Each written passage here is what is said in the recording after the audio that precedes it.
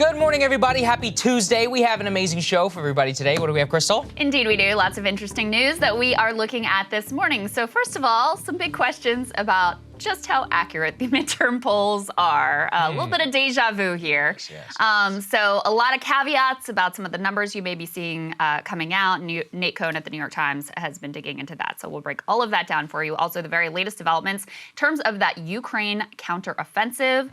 Wildly successful thus far. They continue to gain ground. What does it mean? And what is the reaction within Russia? That is also very interesting. Now, we have a vote coming up allegedly on gay marriage. Some real questions over whether Democrats will be able to pull sufficient Republican votes to overcome the filibuster. Some new updates about who is in and who is out in terms of that vote and what all of that means. Also, some new legal developments with regard to Trump and the whole MAGA world. Actually, very interesting. So you had sent this to me last week. Steve Bannon out there saying like 30, I think he said 36 people's homes were raided, right? Yes. Well, maybe not exactly accurate, but we have just learned that something like 40 subpoenas were served to various former Trump aides and acolytes just in the past week. So major escalation in terms of the DOJ's effort there. We also have an update for you on our good friend Brian Stelter, where he is headed next. Today, for real, Jeff Stein is going to join us to talk about we had some technical issues with Jeff yesterday, but today we feel confident we're going to get him in to talk about the legal case against student loan debt being crafted by Republicans. But before we get to any of that, two things. Discount. So for the next few weeks, we have a 10% discount on the annual membership to help us to continue to build and grow. As you guys know, Emily and Ryan launched their show this week on Friday, so very excited about that. It's going to be great. Yeah, it's going to be awesome. Help us out with that annual membership. You get 10% off, and that helps us be able to plan for the future. Yes, it's very, very helpful. Like we said, both cash flow perspective, hire new people, develop all the graphics, the team, all of the cost outlays that stuff like this costs. Also, we've got the live show in Chicago. We've got 1 month to sell this thing out. Tickets are on sale right now for premium subscribers. It's going to be in the premium newsletter for those who just went ahead and signed up. So it'll be right there in your email. There are instructions on how exactly to do the artist presale. Tickets on sale to the general public on Friday for those of you who want to buy those. Chicago, Illinois, I want to reiterate again, Midwesterners, this is probably the major Midwest show, given the way that the economics of these things work, which would shock you if you were interested in the particulars. So Chicago is going to be the flagship show that we're going to be having there in the region. If you're there and you want to come by, it's going to be a great, great time. I've already had some interesting people say that they're going to be on their way. For real. A few celebrity sightings about this. will be happening in the crowd, so I think you will enjoy that. Breaking news here. It's breaking a little bit after we finished filming the show, but it's still important enough that we want to go ahead and include it. So that's why it's a little bit disjointed today. So the U.S. inflation numbers have just come out for August. Here's what they are. Inflation is 8.3% in August year over year. Very high, down slightly from 8.5% year over year in July and 9.1% in June. However, and this is the most important one, so inflation actually rose by 0.1% in August when many expected it to drop. Shelter, food, and medical care are the ones which are up, which is offsetting the 10% decline in gas prices. Food in particular is the one which is really concerning, Krystal. Heather Long, the Washington Post, noting, quote, the food index has increased by 11.4% over the last year and the largest 12-month increase since the period ending in May of 1979. So even though gas prices are down by almost 10, 11% over the last, I think, 100 days that they've dropped every single day, has not been enough to offset shelter and food costs. So shelter in particular coming in extraordinarily hot as to how high renters are paying. It's really a tragedy, and it just shows you that you can't just get out of this by focusing on gas alone. Yeah, that's right. So gas is down 10.6% just in a single month. So the fact that you have these other factors which have pushed inflation to continue to rise really shows you how severe the price hikes were in those key categories that you're talking about here.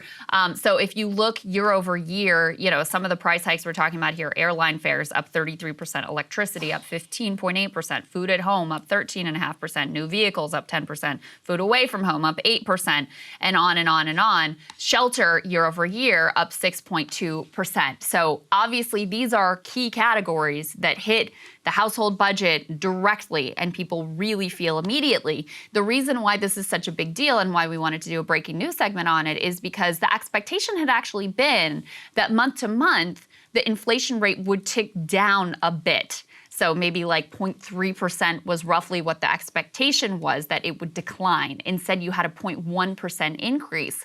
Now the markets are reacting very strongly. The last I looked, Dow Jones was down like 500 points. All because now the expectation is set that for sure the Fed is going to continue with those aggressive rate hikes. We already covered yesterday how Lael Brainard, who is the second policymaker in command over at the Fed, was sounding notes of we're going to continue this aggressive policy, this in spite of the fact that their own research in certain instances shows that there is a risk that they move too fast and too aggressively and spark a severe recession. Of course, we also now know that Jerome Powell, who is the president of the Fed, has said that he wants there to be some pain, that he thinks that that is necessary. And of course, you have people like Larry Summers out there saying, oh, we have to have unemployment at 10% in order to get inflation under control. So this is only going to continue to make the case to the Fed to hike interest rates, even as you see, thus far, they've taken some aggressive action and it hasn't worked. Why? Well, one reason could be because, as we've documented many times, as Elizabeth Warren, to her credit, has been pointing out, the Fed's tools do not get at the core reasons that we are having this inflationary spiral. So that's why this is so significant. It really determines, the Fed, after we had seen some signs that inflation might be easing, and certainly gas prices have come down a lot, that has made consumers feel a little bit better, consumer sentiment ticking up. With these new numbers, this is going to almost set in stone that the Fed will at least do another 0.75 rate hike next time. At the very least, that's happening. One of the important points pointed out by Derek Thompson is part of the reason why inflation is so high in shelter is that, the current rent rates might be down, but everybody else is still locked in at the past ones. So housing policy and rent inflation in shelter is still going to very much be high for 6 to 8 months. Fed policy has no impact on the current locked-in rates at all, or many of the other things that people have had to pay. So look, we'll see how it works out, but undoubtedly it means the Fed will hike rates. What's the Dow at right now? Did the markets drop? I'm assuming that's gonna go. So we're down 625 points when we're filming this segment. Not great. So we'll see how it all works out. Yeah. All right, guys. Show continues from here. Let's get to the show. Okay, so let's start with the polls. Big breakdown from Nate Cohn over at the New York Times, seeing a lot of the same signs that we saw in 2020, that the polls in some key states are once again overstating Democratic support. So let's go ahead and put this first piece up on the screen here. The headline here is, yes, the polling warning signs are flashing again. Let me read you a little bit of this because I think it is very illustrative, this one example they give in particular. He says that early in the 2020 cycle, they noticed that Joe Biden seemed to be outperforming Hillary Clinton in the same places where the polls overestimated her support 4 years earlier. The pattern didn't necessarily mean the polls would be wrong. It could have just reflected Mr. Biden's promised strength among white working class voters, for instance, but it was a warning sign. Of course, that warning sign did turn out to be correct in 2020. Of course, Joe Biden did win, but you'll recall some of the polls were wildly off, especially in places like Ohio, Wisconsin. Sort of the industrial Midwest has been a real issue for pollsters lately. So they give the example of Wisconsin. On paper, they say the Republican Senator Ron Johnson ought to be favored to win re-election. The 538 Fundamentals Index, for instance, makes him a 2-point favorite. Instead, the polls have exceeded the wildest expectations of Democrats. The state's gold standard Marquette Law School survey even showed the Democrat Mandela Barnes leading Mr. Johnson by 7 percentage points. But in this case, good for Wisconsin Democrats might be too good to be true. The state was ground zero for survey error in 2020 when pre-election polls proved too good to be true for Mr. Biden. In the end, the polls overestimated him by about 8 percentage points. Eerily enough, Mr. Barnes is faring better than expected by an almost identical margin. Now, most pollsters, he also says, haven't made significant methodological changes since the misses of 2020. I mean, at least after 2016, there was a theory of why the polls might be better. In 2016, they had a theory about why they were so off. It was like, oh, we're underestimating. We're not looking at the education status and class status. We're undercounting white working class voters in particular. Okay, we've made the adjustments. This time we've got it. And then 2020 comes through and you have a very, very similar polling miss in some of the very same states that they missed in 2016. But this time around, the pollster didn't really even pretend to know why. There were some theories and there was some conjecture that we covered, like liberals are home during the pandemic, or liberals are just really excited to answer polls, but nothing was really adjusted in the methodology. So it would follow that you may have some of the very same polling errors that you had last time around. This is the thing I don't understand, which is that, and people who are polling nerds might recall this, the polls in 2012 were actually very good. Everybody remembers Nate Silver, the 538 website, called like almost all 50 states, like most of the Senate races. His book became a national bestseller. I mean, many others were like, oh my God, it's finally been cracked. And I think really what has happened is that Trump genuinely did change everything about American politics. He changed the type of people who voted. He changed the type of people who came out. Basically made the models of the people who do come out to vote just completely change in the demographics and traditional ones that you could use. And from that point forward, they just haven't been able to figure out. In a way, it's like a reflection of our society. We've got a political realignment going on. We have a much more online population, people not answering phones as much. And at a certain point, the industry also just doesn't know what to do. And it does make it so that many of these have to be greeted by people like ourselves. We have the best data that we possibly can. But unfortunately, most people in the media, Krystal, are not giving the caveats outside of this one guy. And even he's been criticized. I saw some people. He's getting a lot of criticism. People, Democrats, predictably are like, well, no one's ever wrong for understating Democratic support. It's like, well, that hasn't happened in like 8 years. Okay? So, I don't know where you're coming from. Exactly. Yeah. And I mean, there are occasional polls. Like, for example, Colorado seems to be a state where the polls kind of consistently underestimate Democratic support. So there are a few states that are like that, but overwhelmingly the issue has been in the other direction, and especially in states where you have a large white working class vote. I think this is speculation because no one really knows exactly why this is going on, but I think it's not just changing who's voting, the types of people are voting, the coalitions of the various parties, but I think with Trump you have such an overt, like, anti-institution messaging and orientation that he's also making his voters more skeptical of responding to polls and, talking to pollsters and those sorts of things. So I think that might be part of it as well. But, like everybody else, I don't really know. Let's take a look at this next piece, which is a chart showing if the polling miss is as big as it was in 2020, what will the results actually look like? And let me just go through these. So in Colorado, basically, right now the poll says Dem is +9. If there's a 2020-like poll error, the Dem will win by 9. So Colorado is pretty much on the money last time around. In Pennsylvania, right now the polls have Fetterman up by 8. If you have a 2020-like poll error, you will end up with Fetterman by 5. So he still wins, but by less. In Arizona, you cut the Dem lead from 8, which is reflected in the polls, down to 6. In Wisconsin, this is the big one, you cut the Dem lead from 4 to a Republican win by 4. In Nevada, you have +3 for the Democrats right now. That one would be a true toss-up, less than 1 for the Dems. In Georgia right now, you've got +2 Dem. Georgia's been fairly accurate, and lo and behold, Georgia's also one of the states where the polling has continued to be very, very tight, basically in line with what your expectation would be for that state. North Carolina right now is showing Dem +1. With that 2020-like poll error, you'd get +2 Republicans. Ohio, this is another big one. Again, industrial Midwest, large white working class voter base. Right now, you've got Tim Ryan, the Democrat, leading by less than 1 percentage point. With an error similar to 2020, you've got J.D. Vance easily winning here by 7 points, which I think is more in line with what you would expect. Florida's the last one on the list here right now. They have Marco Rubio leading that, the Republican, by 5. If you have a 2020-like poll error, Marco Rubio will easily win that race by 11 points. So if you look at this in totality, first of all, you see the Senate, the race for the Senate to control the Senate is extremely, extremely close. Republicans only have to net one single seat. So essentially, you're looking at probably control of the Senate coming down to very close races in Nevada and Georgia to determine control of the Senate.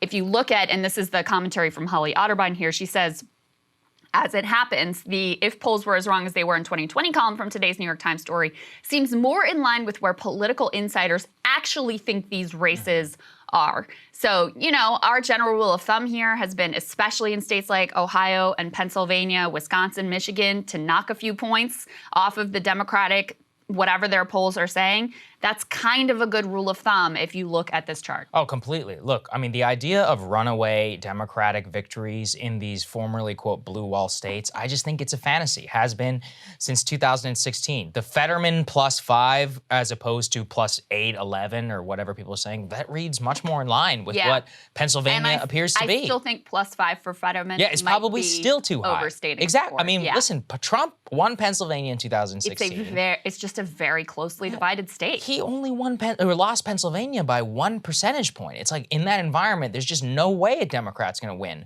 by 11 points. Even if they do win, it's going to be like Virginia, where Glenn Youngkin, how much do you win by? Like 1.5% point in an absolute red wave victory. So that's what people have to consider. Same Wisconsin. Everyone's been like, oh, Ron Johnson. And listen, we'll talk about Ron Johnson later in the show. Maybe he's trying everything he do to lose, but he did that last time and he also won by basically coming out and, defying the polls. You also found this, which I thought was really important. Let's put this up there, which is that those of us who were in 2018, the media cast it very much as a blue Dem wave. But as Philip Bump points out here, 2018 was not the outlier that people think. Senate polls that year were also very off the mark. It's the national House polling, which wasn't. Everybody focused on Pelosi and all of that. But I remember also at the time, people were considering, oh my gosh, Marsha Blackburn might lose in Tennessee. Yeah, that didn't happen.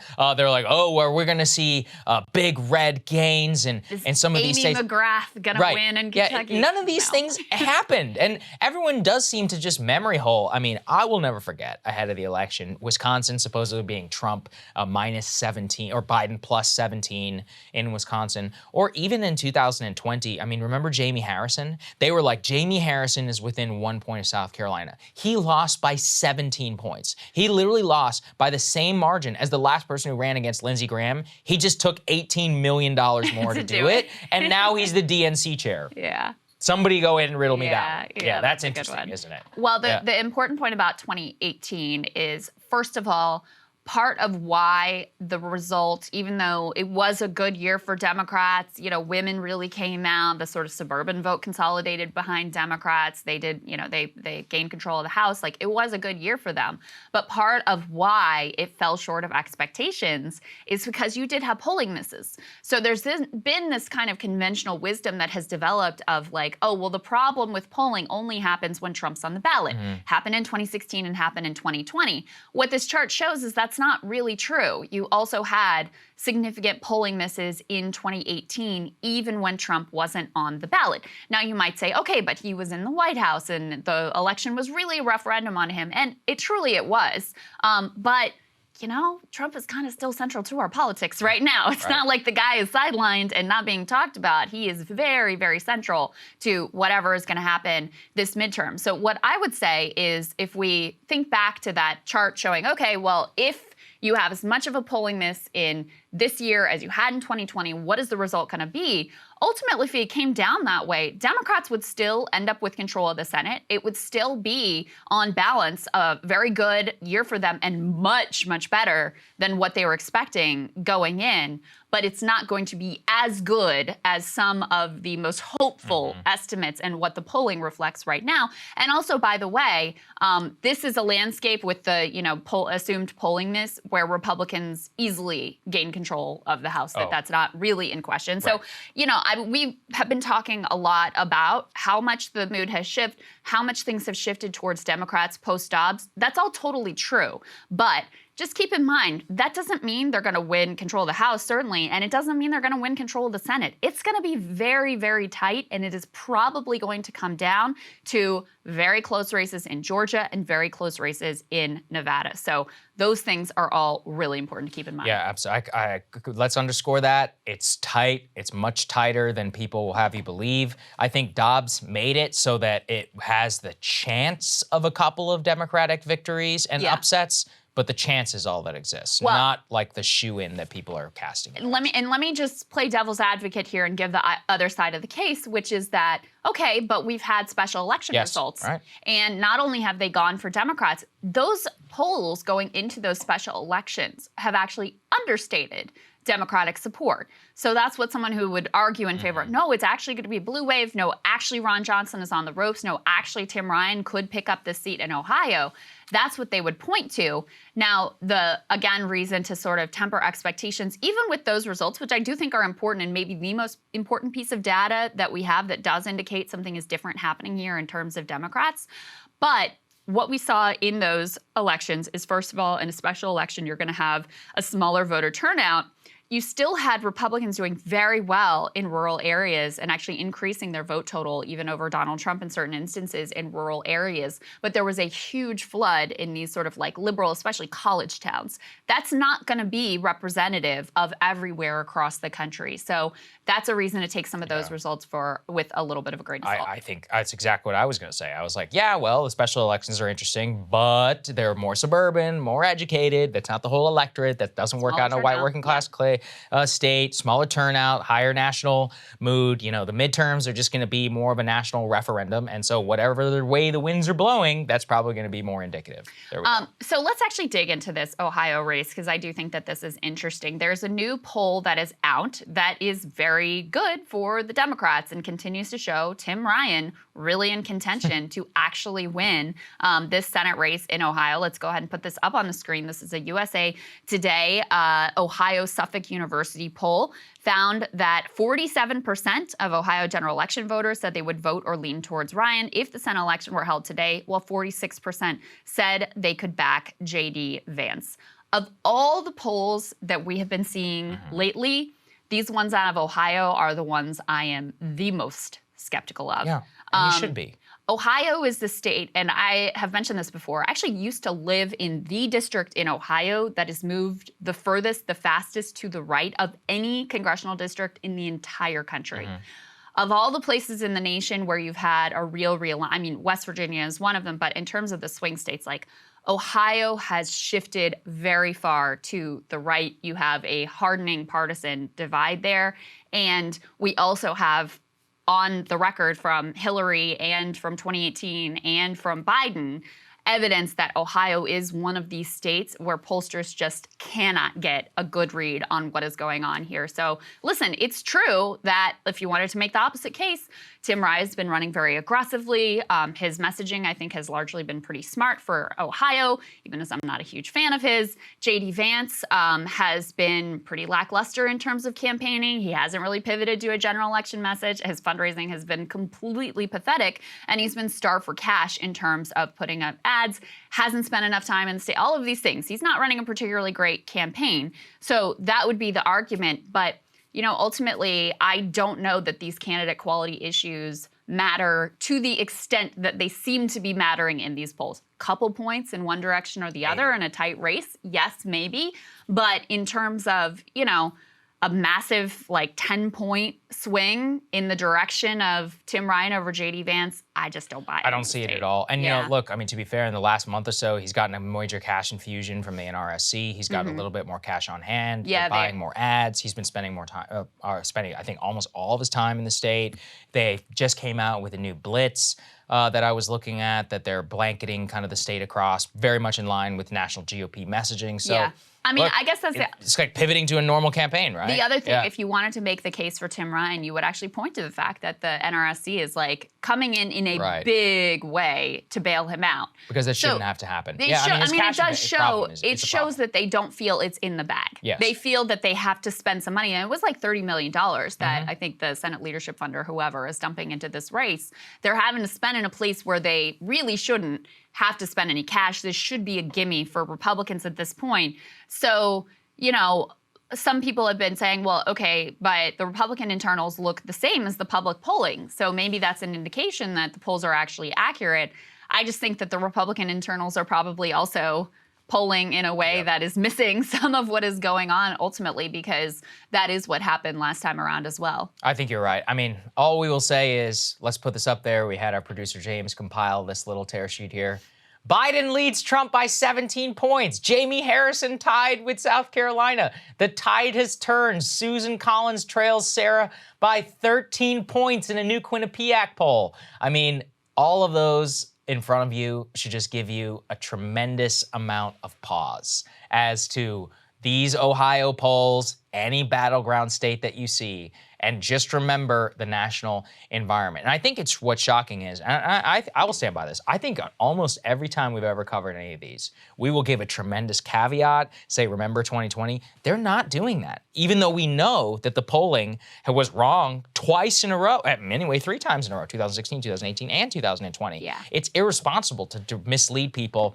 Most importantly, I think it's very irresponsible if you're one of these Act Blue types, which are pouring millions of dollars into some of these campaigns. Tim Ryan, for example, this guy's raising money cash over. You should be honest. I mean, at a national level, he obviously going to do whatever he needs to do, but he should say, hey, listen, you can't be bilking people out of money whenever you're telling them, oh, this guy's up by 12, 15 points. I mean, that's just outrageous from a national perspective. I wonder what you think, because my thinking is if they get burned, several times in a row, like, are they always just going to fall for the Amy McGraths of the world? Like, somebody's got to wise up sometime. Like, it's a lot of money that people are giving up. Hope, yeah, you might be hope right. Springs eternal. Saagar. Yeah, I guess you're right. I mean, Hope springs eternal. I don't know if people would be as quick to jump into like a Kentucky versus Mitch McConnell kind of a race, but it wasn't that long ago Ohio's a swing state. If you start to drink the Kool-Aid and think that, okay, this is starting to be a good year for Democrats, I think it's going to be hard to dissuade the grassroots donor base from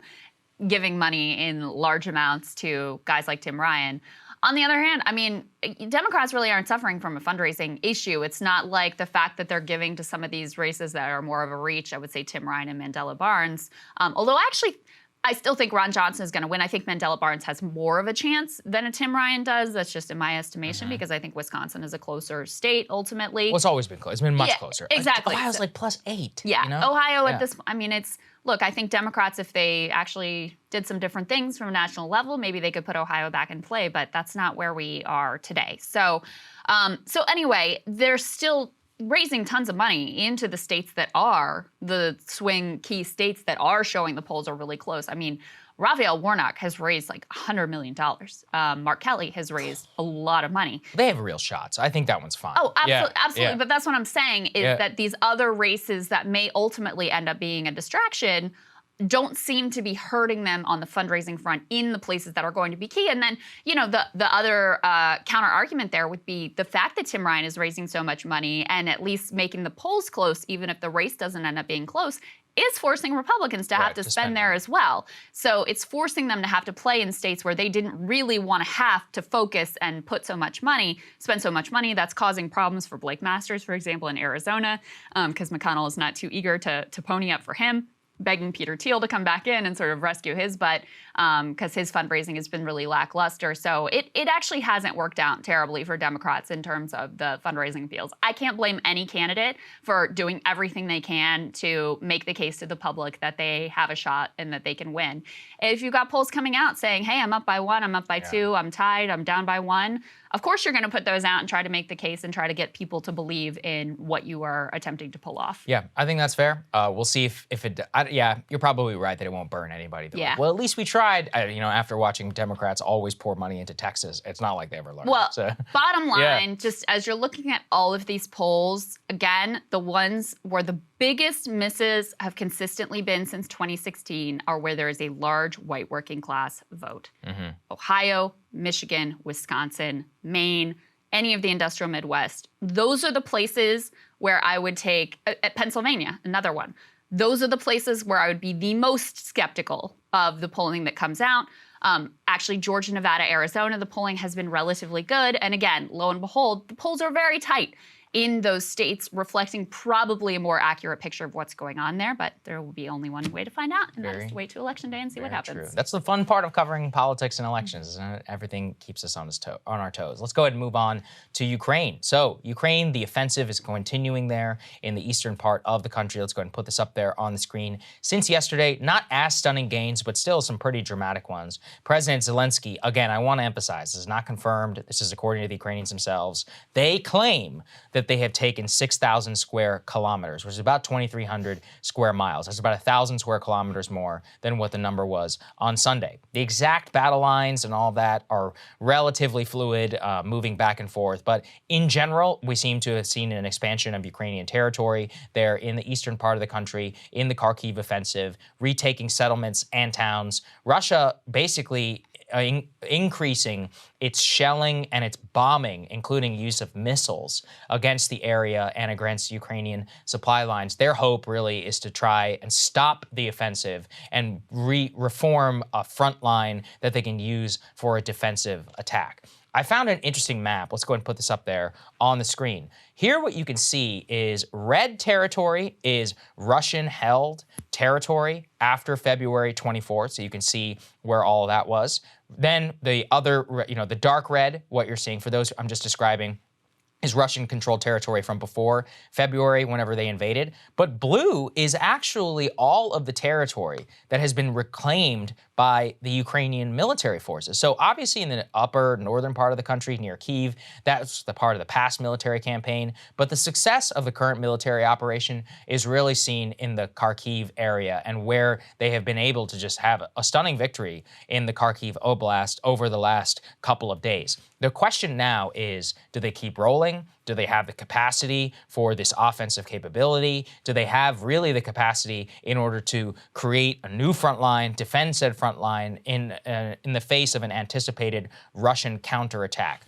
That has not yet materialized. Don't yet know if it's happening. As much as the Ukrainians have 45 days, so do the Russians, and clearly their supply lines are a goddamn mess. It's really stunning the more I've gone and read about this, which is that the Russians are suffering from command and control problems all the way up and down, which is that at the tactical level, their guys are giving up their weapons, throwing them down, running away. Their tanks are not working. They appear not to have any capacity to maintain their equipment, but also at a tactical level, their generals and other leadership, despite cycling through many others, they clearly don't know what they're doing, or they don't have a very good idea of how to maintain this posture, even defensively. One of the reasons why I and many others that I'd been reading were deeply skeptical of any sort of Ukrainian counteroffensive is the defensive always has the advantage in war, especially a great power military. That's literally what they're designed to do, is to hold lines, have supply, logistics,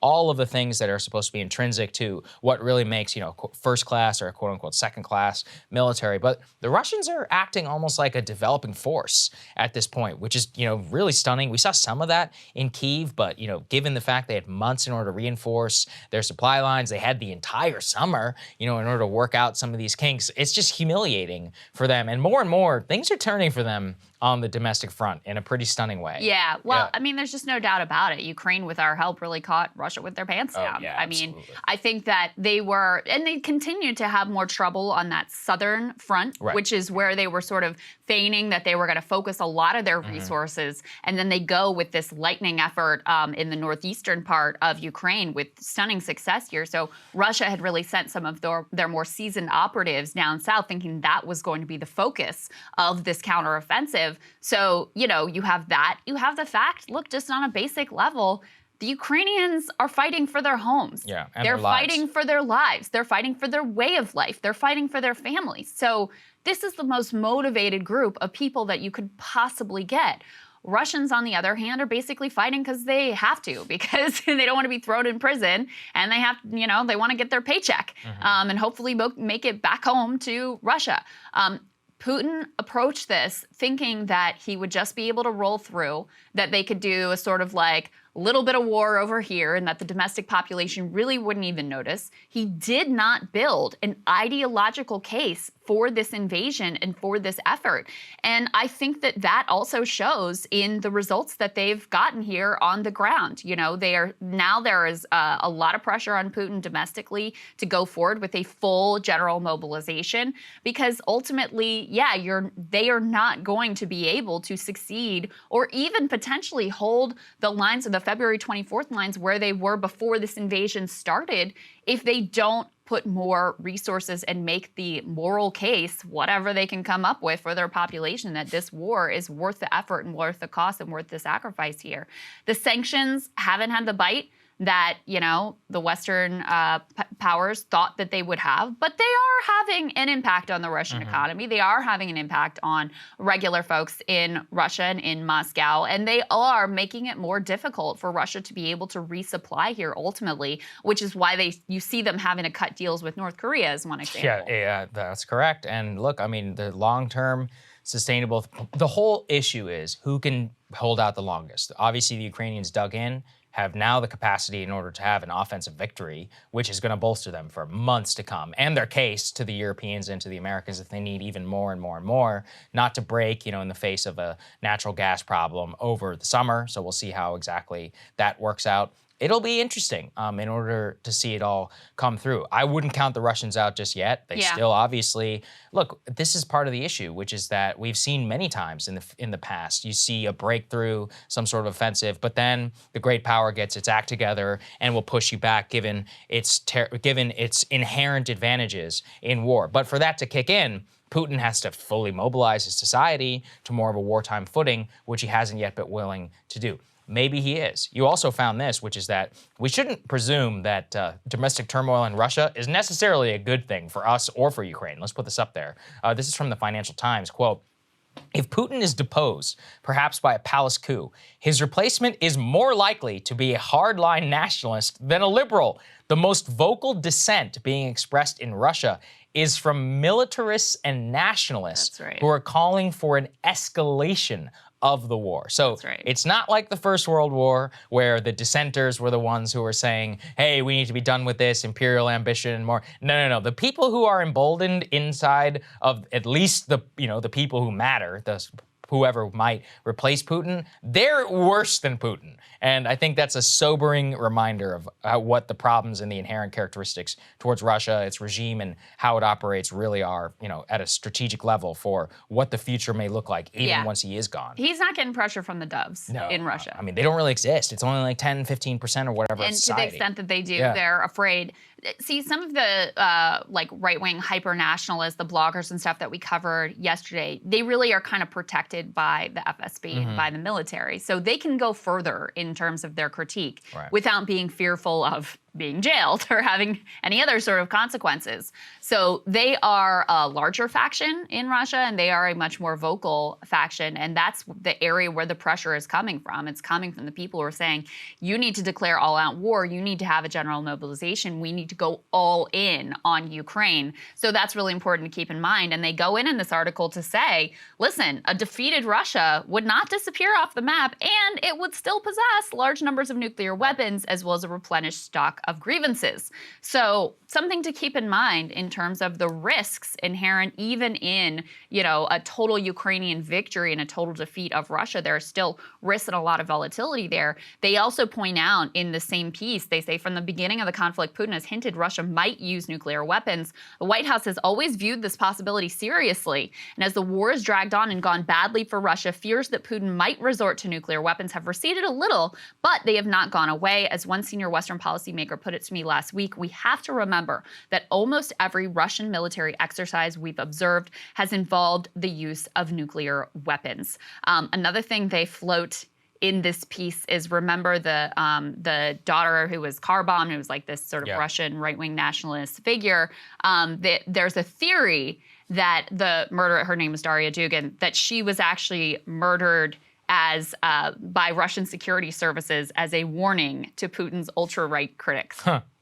I don't know that there's any evidence for that, but that's one of the theories floating around in Russian circles, is basically because they see the threat to Putin coming from his right, from the ultra-nationalist circles, this was an attempt to sort of send a message to them to sit down and shut up. I mean, doesn't seem to have worked, but I've heard crazier theories. Certainly one possibility. You can't count it out. I mean, these guys all die in mysterious circumstances all the time. Who was it that just fell out of a hospital window? It was the natural gas executives. Yeah, some high-level natural gas executive. That's right. Quote, fell out of a hospital window. I'm like, okay, interesting. Yes. So like, these guys die. You know, I remember covering before the invasion of Ukraine, like 2015, 2016, the same thing happened. If everyone recalls those militia leaders who all accidentally shot down the Malaysian airline flight over Ukraine, same thing. A lot of those guys ended up dead. In falling very out mysterious hospital windows or whatever. Very mysterious circumstances. There's a lot of falling off of balconies and things that seem to happen. You'd think they get more creative, you know, but listen, I don't really. Hey, if it works, if it works, and it's not like anybody in their it's not like anybody in their society dissents,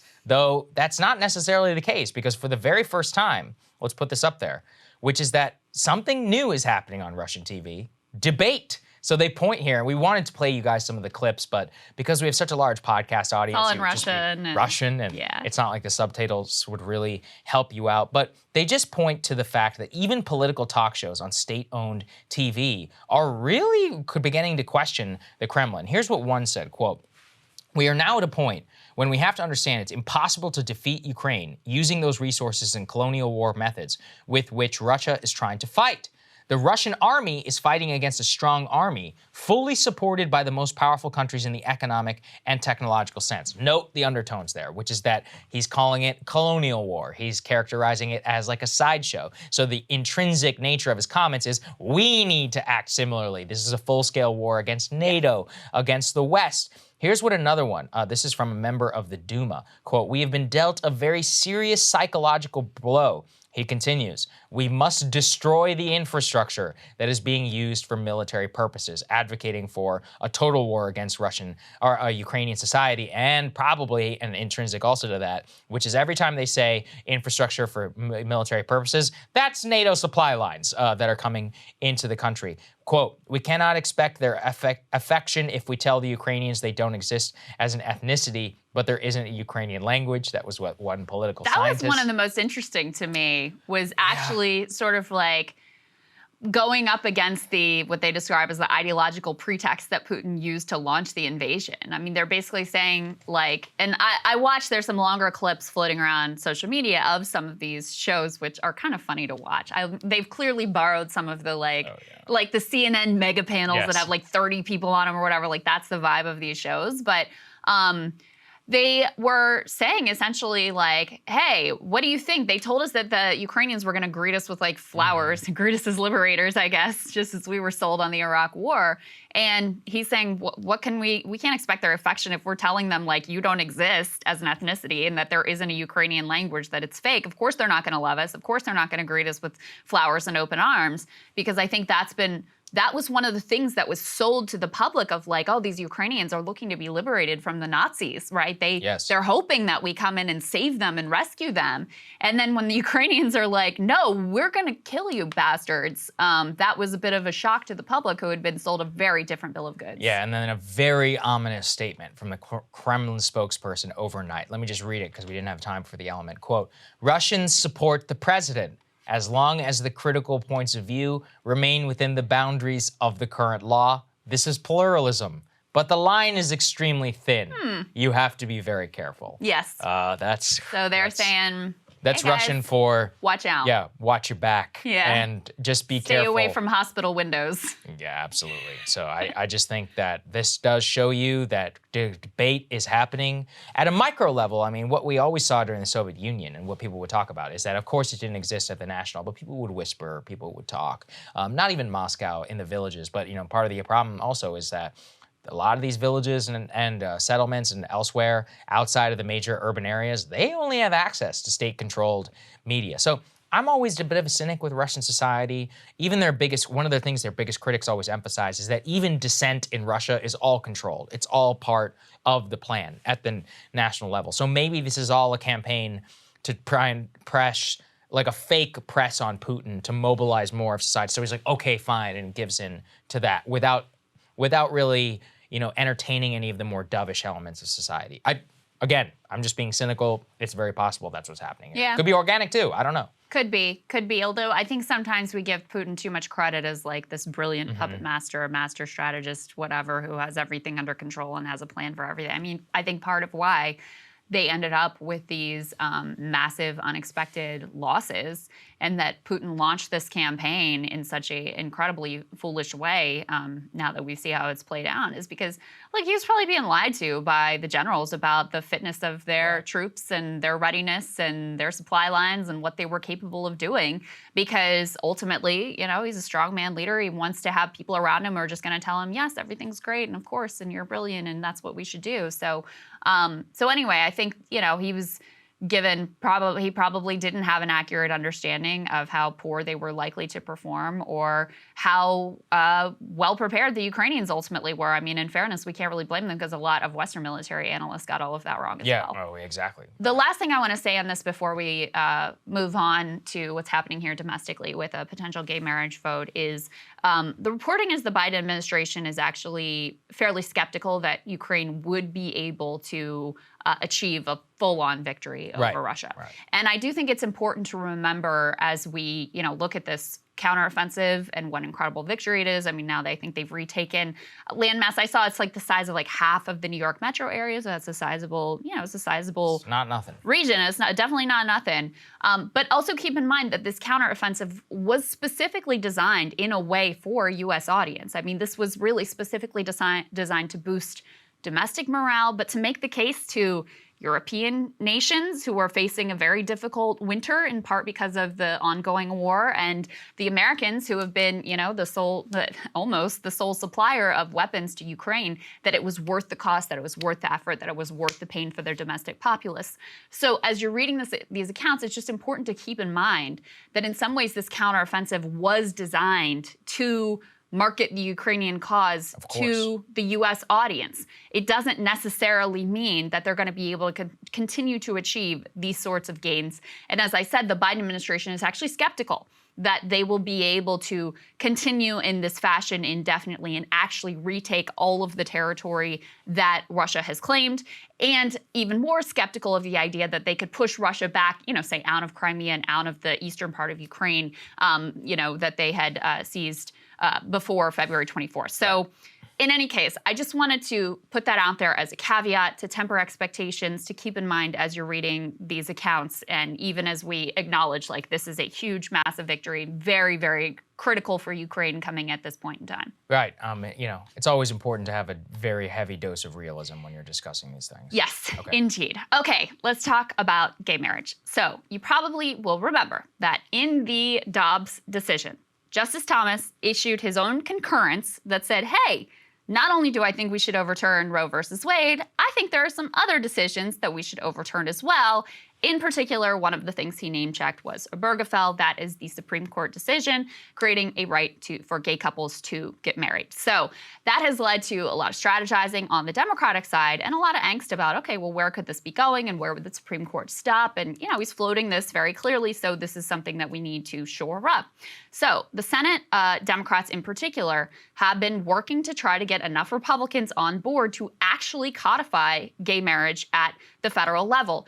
And I do want to say it would be very easy for Democrats to sort of like intentionally tank this vote and put in some poison pills with regards to religious liberty that they know would be a no-go for Republican folks, and to sort of engineer its failure. They don't seem to be doing that. They seem to be earnestly trying to gather enough support and respond to the concerns of Republican legislators in order to actually codify gay marriage at the federal level, which I think is interesting. So let's go ahead and put this first piece up on the screen. This tweet says, talks designed to win enough Senate GOP support to clear legislation protecting same-sex marriage rights are making headway. It appears likely that at least 10 Republicans will help move it through the chamber later this month. That is according to Republican Tom Tillis, who has been sort of spearheading the efforts on the Republican Republican side to try to gather 10 votes in order to overcome the filibuster and codify gay marriage. Still unclear exactly when such a bill would come to the floor. The last thing I read said that this is a critical week. They're continuing to work to win over enough GOP senators. This is in the Washington Post. You also had their efforts bolstered by a letter which was signed by more than 400 former and current GOP officials. And it's not just resistance types. You did have some sort of like Trump-aligned figures who were on that letter. You also had Dr. Oz in Pennsylvania, who's running right now, who sees this as, a good issue for him to plant his flag on here a little bit to try to appeal to the general electorate. It's also really not clear, so not exactly clear when the vote will come, but it looks like in the next week or so. It's also not exactly clear who those 10 GOP votes will be. And those who are involved in trying to wrangle the votes are not even saying that they've got a firm commitment from 10 GOP senators. They're just saying they think that they can get there. So one of the people who had previously seemed to indicate that he was on board is now walking back some of that support, at least rhetorically. Senator Ron Johnson in Wisconsin, let's go ahead and put this up on the screen. This is from More Perfect Union. They have audio here of Ron Johnson saying he will not support the same-sex marriage bill. He says, I'm not happy with the Baldwins, referencing Tammy Baldwin of the World, opening that wound. Tammy Baldwin, they point out, was the first openly gay person elected to the U.S. Senate. If you listen to the audio here, though, Saagar, it's not as cut and dry as him saying, like, no, absolutely no, I'm not going to support it. He says, as it stands now, he wouldn't. He has some religious freedom objections that he wants to be reflected in the bill. So, and Ron Johnson obviously running in Wisconsin, a swing state. He's up for re-election this year. That's part of why people thought he might be on board with this vote previously, and he had indicated that he was. So it's still possible that he could end up coming around if they address some of his concerns. He said that. He said, quote, he is working with other, this is from his spokesperson, he's working with other senators on an amendment to try and remedy these concerns. The bill is an exempt, blah, blah, blah. Yeah. But the reason why I think that's important is they won't say no. Like almost nobody, except for very few senators, are against actually voting for the bill. They're all saying there's a religious liberty concern. I tried to look into it. I've actually been able to find their exact, the exact concern that they're pushing. Well, a lot of them don't really. So like Marco Rubio, for example, Ted Cruz as another example. So some of these guys, they say, oh, this is a distraction. We don't really need this. So I'm going to vote no. It's like, well, if it's a distraction, but you support it, just like freaking vote. You vote on all kinds of bullshit all the time. Like just vote yes and move on. But so they're trying to use this argument, which is what Ron Johnson also brings up here of like, oh, this is over the top. We don't really need it. It's not really necessary. I can't really imagine the Supreme Court actually rolling back these rights. But you can understand, especially if you are a married gay couple looking at the words of Justice Thomas and saying, I kind of like to have that added protection in there of a federal legislation saying, no, this is the law of the land and it's not going to be rolled back. Well, politics-wise, of course, it's a very smart tactic by Schumer and by others in order to actually force it to the floor. This is one of the things I've been talking about, which is that, actually, on abortion too, it's like, okay, you may not get Roe, put 15 weeks on the floor right now, make people vote against it, put them in the Blake Masters position and be like, well, actually, I support 15 weeks. It's like, do you? Vote for it. Yeah. Are you actually going to vote for it? Because it's a very, very smart. You take positions which are 50-50 in the way that they're generally described, move them into 75-80% territory, and then just say, all right, do you actually oppose this thing? Let's get on the record. What do you think? Look, it's a smart, very, very smart political strategy. And that's part of the reason Johnson and others are like wriggling and saying, oh, well, I'm going to vote against it on this particular one. But, look at Ted Cruz. Let's put this up there. Here's what one evangelical leader tweeted and Cruz agreed with. He said, quote, no matter how GOP Senate spins the tail of their yes vote for the Disrespect Marriage Act, its passage will threaten religious liberty for generations, and their yes vote will be a complete betrayal of a party platform and their base. Now, on the party platform thing, from what I can tell, if we will recall, Trump and the MAGA GOP basically declared peace on gay marriage. Trump himself, I believe, is the first openly pro-gay rights president to be elected, which a lot of people don't like to discuss. Which, with Ted, it's interesting because he is very much sounding the evangelical critique of Obergefell back in 2015. it makes sense for him from a political positioning perspective. That's always been like his base, the people, the true conservative people, in Washington and constituencies, people who voted for him in Iowa and elsewhere. But for other leaders, I mean, look at how battleground Republican Dr. Oz, let's put this up there. Dr. Oz coming out very strong, saying, I'm proud to join this effort with fellow Republicans. I believe same-sex couples should have the freedom to get married as straight couples. This is, this is the, battleground Senate candidate. I haven't heard yet. I don't know if J.D. Vance has been asked about it. I'd be curious to hear what he has to say. I wonder what he will say. That's going to be a tough bind for him. He'd probably dodge it. If I had to guess, he'd probably dodge it. I bet he does the thing that Rubio's doing, like, oh, this is a waste of time. It's settled. We don't need to do this. It's settled. It's probably the smart move in order to go with if you don't want to fall on either side. Well, because, the reason the thing that Ted Cruz retweeted was important is this wasn't just any activist. This is Bob Vanderplatz, who's the president and CEO of the family. What is it called? The Family Research Leadership Council? Yeah, or one of those. Yeah. So anyway, very influential group. And it shows you that, first of all, there's a real generational divide within the Republican Party on these issues. And that older core evangelical base, they never moved on from this issue. They're still very committed to, marriages between a man and a woman and very opposed to the Supreme Court decision. So Republicans have mostly just wanted to not talk about it because they know that they're in a difficult position here. They know that a very energized core part of their base is very adamantly opposed to same-sex marriage, and they're well organized on it, and these are the types of people who can be incredibly influential in Republican primaries. But at the same time, they know overall the population is overwhelmingly in favor of same-sex marriage at this point, and so they know that this has been a difficult place for them and have been happy, honestly, for the Supreme Court to have taken it off of the table so that they could just sort of move on from a conversation where they are at odds overwhelmingly with mass public opinion. So, the search for the 10 votes continues. If I had to guess, I would say that they will ultimately be able to find 10 Republican. Tom Tillis are on board. 10 Republican North senators. Carolina. Yeah, that's another. North Carolina is a swing state as well, and he's in a tight race too. Yeah. He's in a tight contest for re-election, so he's calculating that in his state, being on board with this and not just being on board, but kind of leading the charge is smart and beneficial. But even in a state like Texas, Ted Cruz is clearly making a very different calculation. And I think Texas is probably a more religious state than North Carolina at this point. No way he won't pay a price for it. Again, his political positioning is to hold down his core constituency. That's evangelicals. They've always war with Ted Cruz. They're kind of the people that came over to Trump last in the GOP coalition. It's the Dr. Oz's, the Tom Tillis's, the Ron Johnsons of the world. Those are the people you got to watch very, very carefully. Yeah. On this. Well, and ultimately this is an effort. I think first of all, it is a genuine effort to codify this at the federal level. Because as I said, if they wanted to tank this with Republicans, they could do it very easily and be able to have the talking point of like the whole Republican Party voted against gay marriage. So there is a genuine effort to actually get this codified, and that's a good thing, and it's really positive.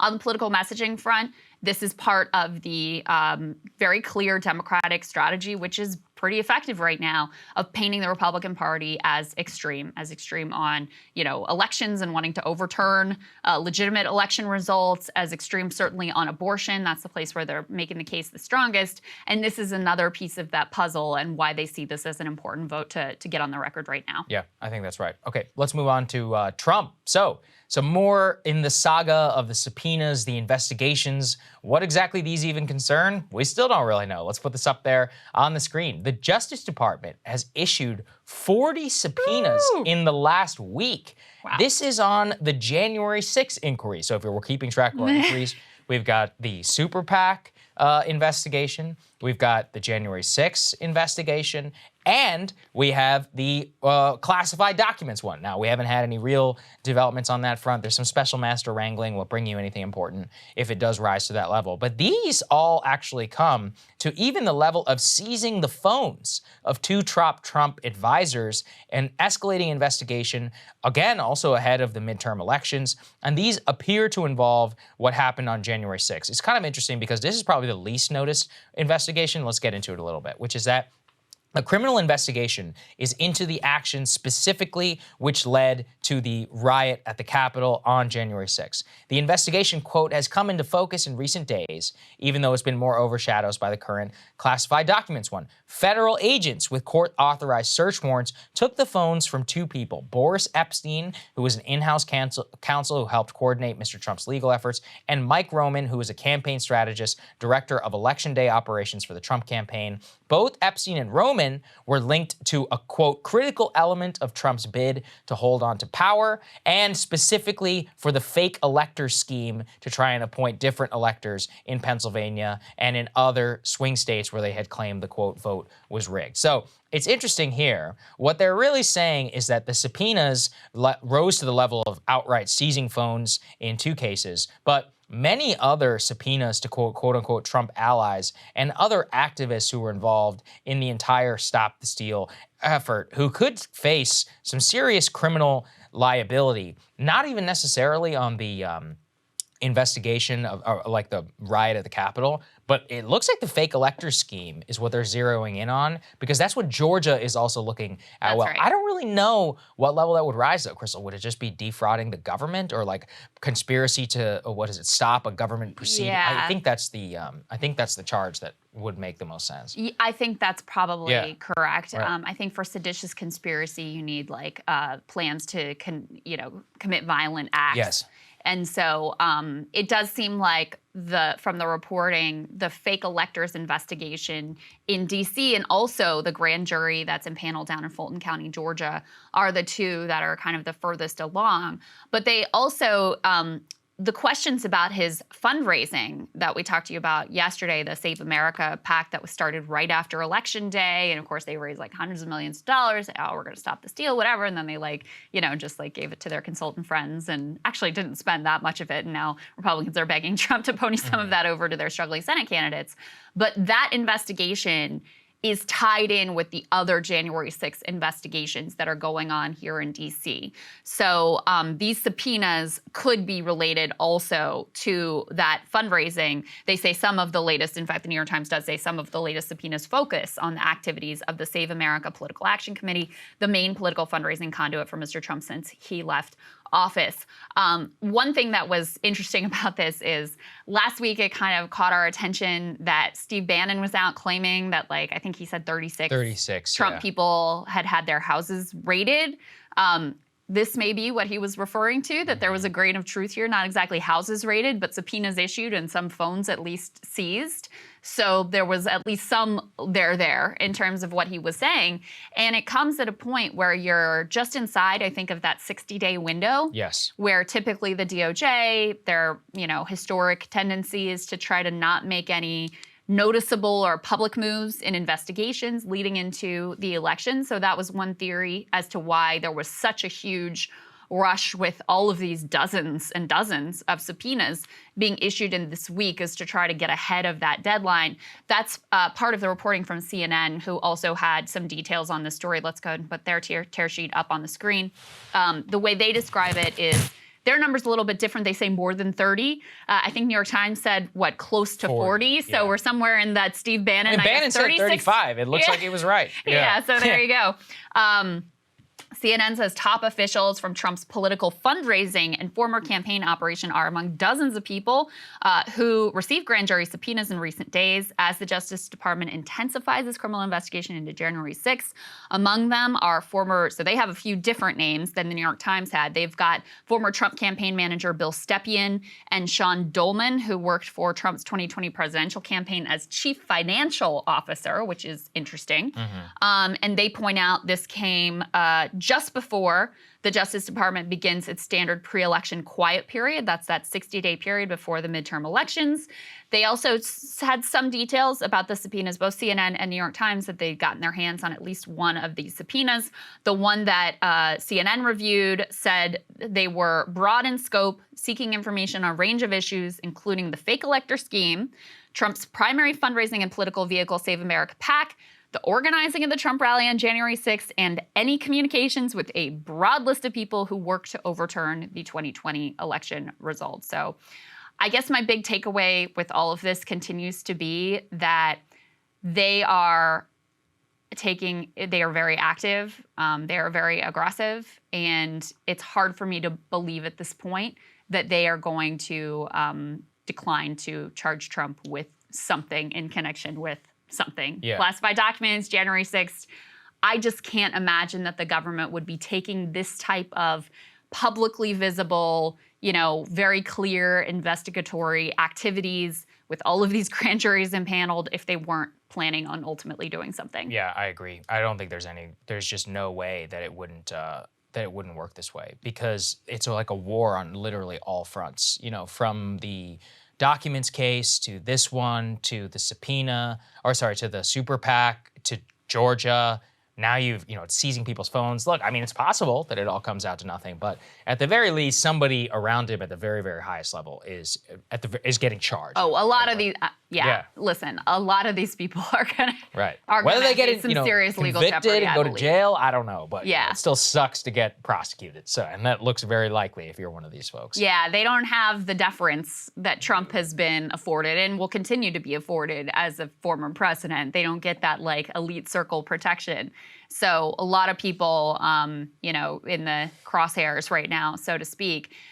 It's very dramatic days, very interesting. Again, this may be the last flurry of activity before the midterm elections, and we'll see what comes out after that. But again, I go back to this sense, which is just, as a layperson looking at this from the outside and considering the politics, which is definitely something that the DOJ and the Biden administration are considering. You can't put this much evidence and information of crimes into the public and then walk away from charging, because that creates its own set of political problems.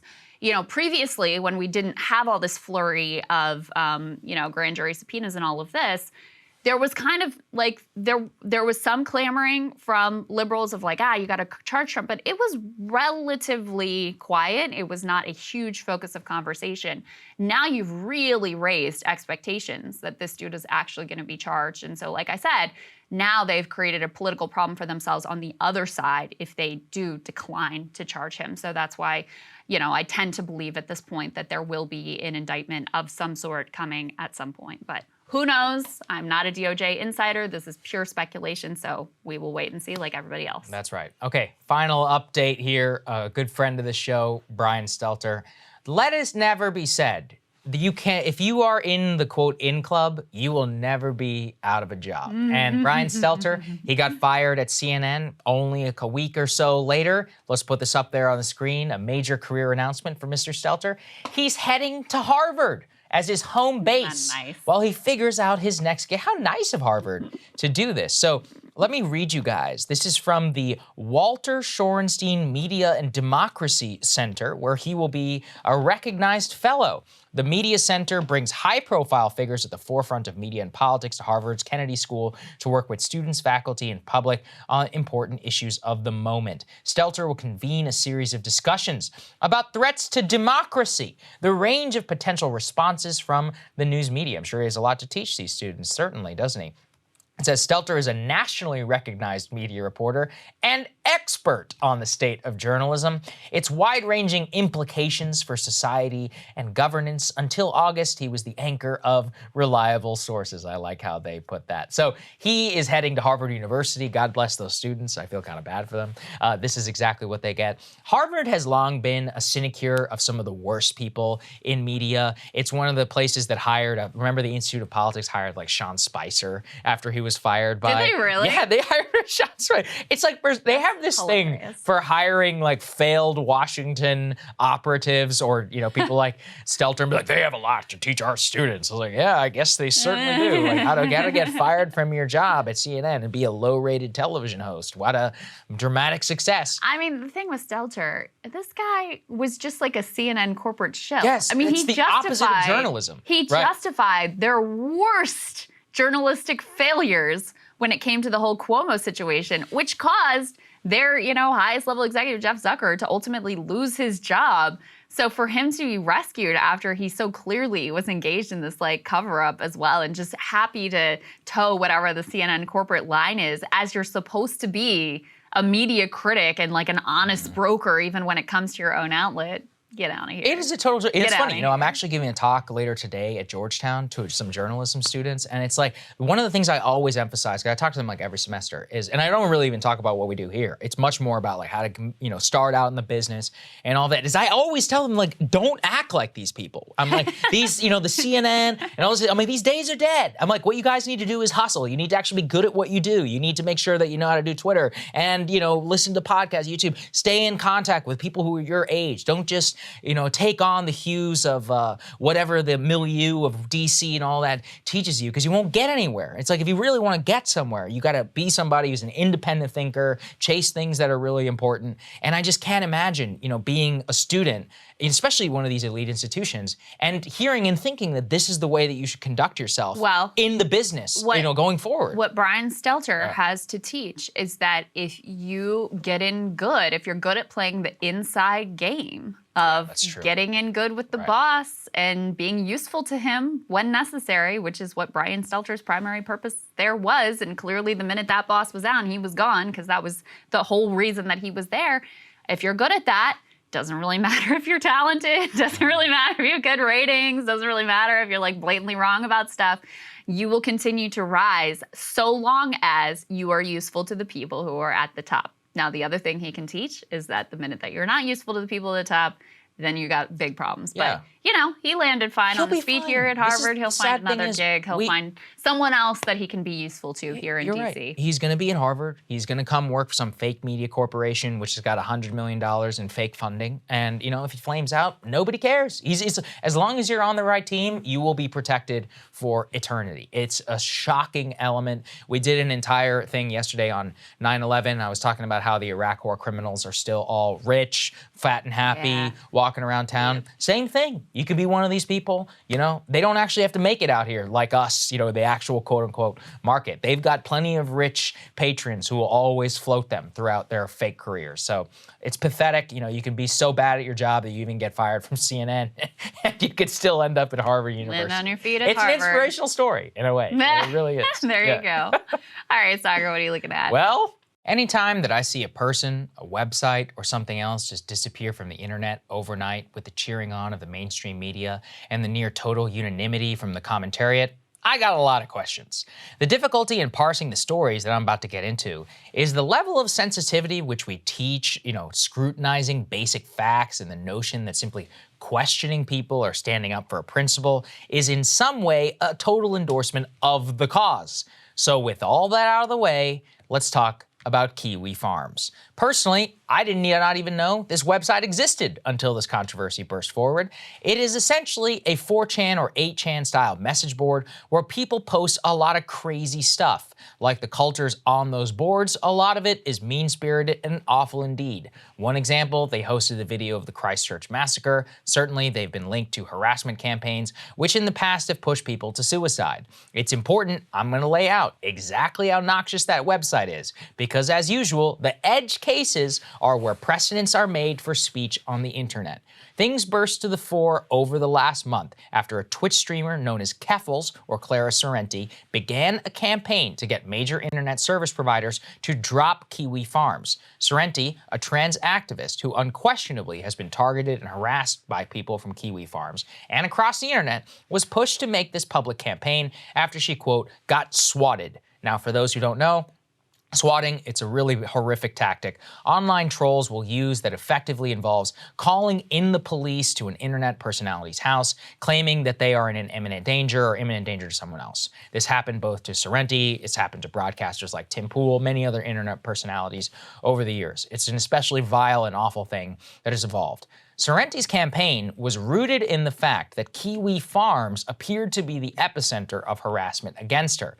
Now, Sorrenti's main target was a company called Cloudflare. If you're not familiar, effectively acts as a security service for websites that prevents it from being subject to denial of service attacks. In the modern internet, it is almost thought of as a utility, as it ensures those websites with high traffic or controversial ones that your service will continue to date has no real market competitor. Cloudflare, before the last several years, cast itself as a free speech absolutist company.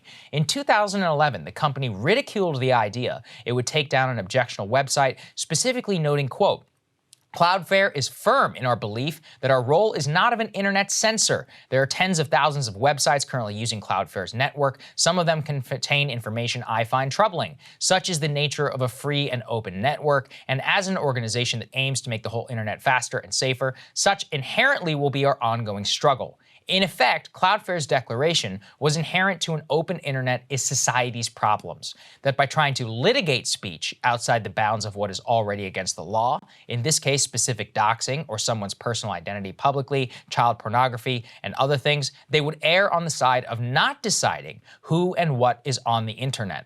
Over the years, Cloudflare and its CEO provided service to websites from Al-Qaeda, white supremacists, but everything changed after the Great Awakening of 2017. After years of ridiculing the idea that the $20 billion company could decide what to censor and what not, the bounds of the law, the Cloudflare changed its position. The CEO, Matthew Prince, wrote in 2017 after the Charlottesville riots, he was suspending service to a white nationalist website called The Daily Stormer. He wrote, "I'm almost a free speech absolutist," and quote, "I woke up this morning in a bad mood and decided to kick them off the internet." He underscored, quote, "It's important what we did today, not set a precedent." Prince acknowledged that under US law, he is allowed to effectively ban whatever he wants, and noted he probably should not be allowed to do that. It was a major demarcation point for the internet. Of course, it came at one of the most fraught points in Trump's presidency. The entire problem, of course, is that once the seal is broken, despite Prince's promises, it has now happened again and again.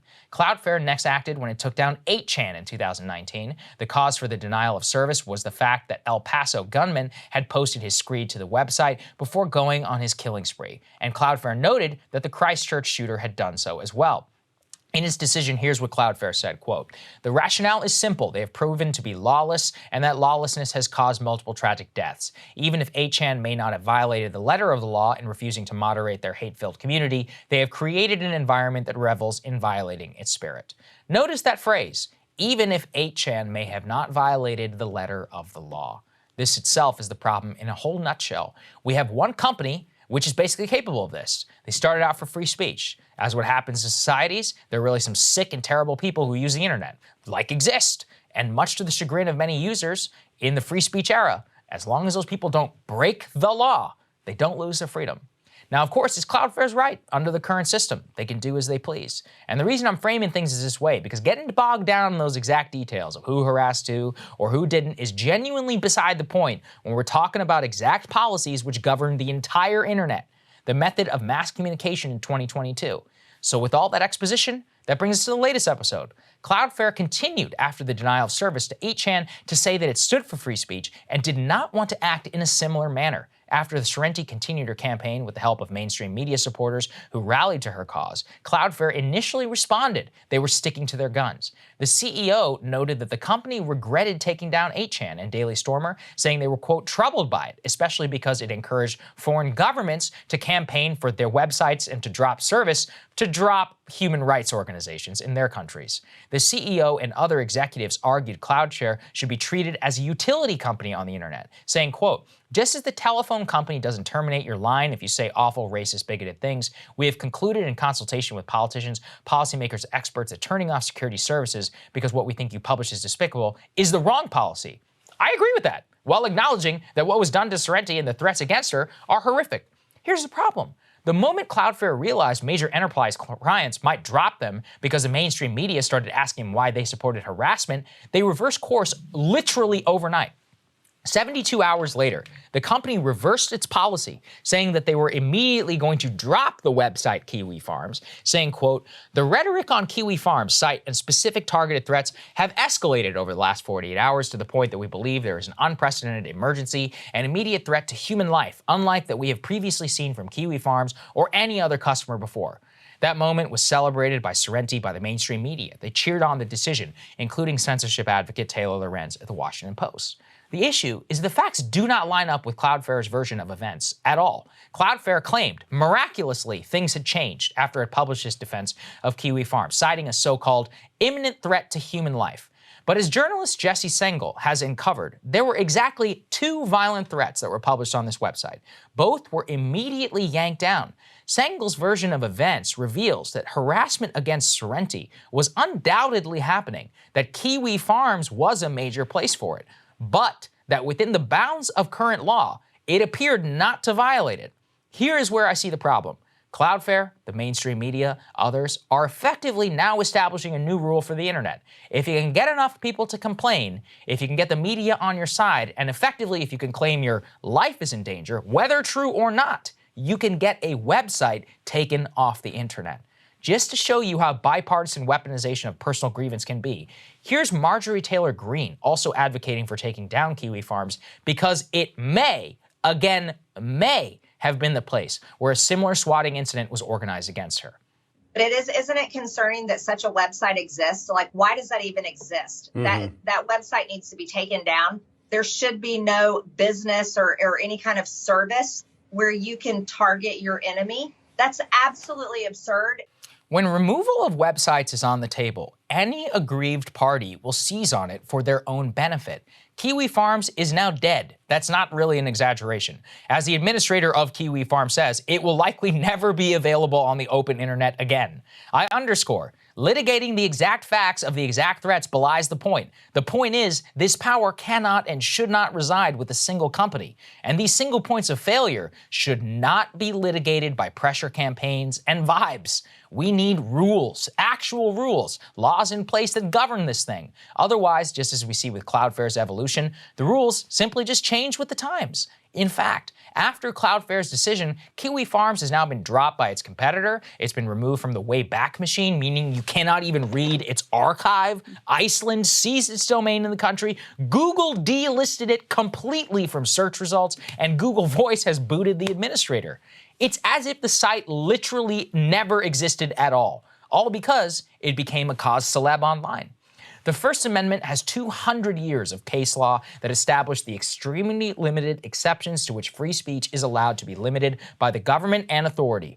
This standard has stood the test of time because at times, being uncomfortable for whatever social movement is considered acceptable. Its existence is a recognition that dissent is vital and must be protected. The absence of this law, the existence of the human element, which effectively utilities for being online leaves anyone who occupies any area of dissent vulnerable to effective disappearance if the right people take notice. I fundamentally reject this framework, and I'm watching in alarm while the rules and the precedents of the internet just changed, marched in a more censorious direction for the 3rd time in the last 5 years. It is capable to understand and acknowledge that while also acknowledging the horrific harassment that was directed at Ms. Sorrenti and many others who are online. We have to solve this problem as soon as possible, because if we don't, the journalists will be in charge. Given how wrong they are, that should scare the living hell out of you. So this took me way too long to get to the bottom of. I'm glad you did, though. Krystal, I had to go me a lot of time for digging. deep, and there's more. There's a lot more.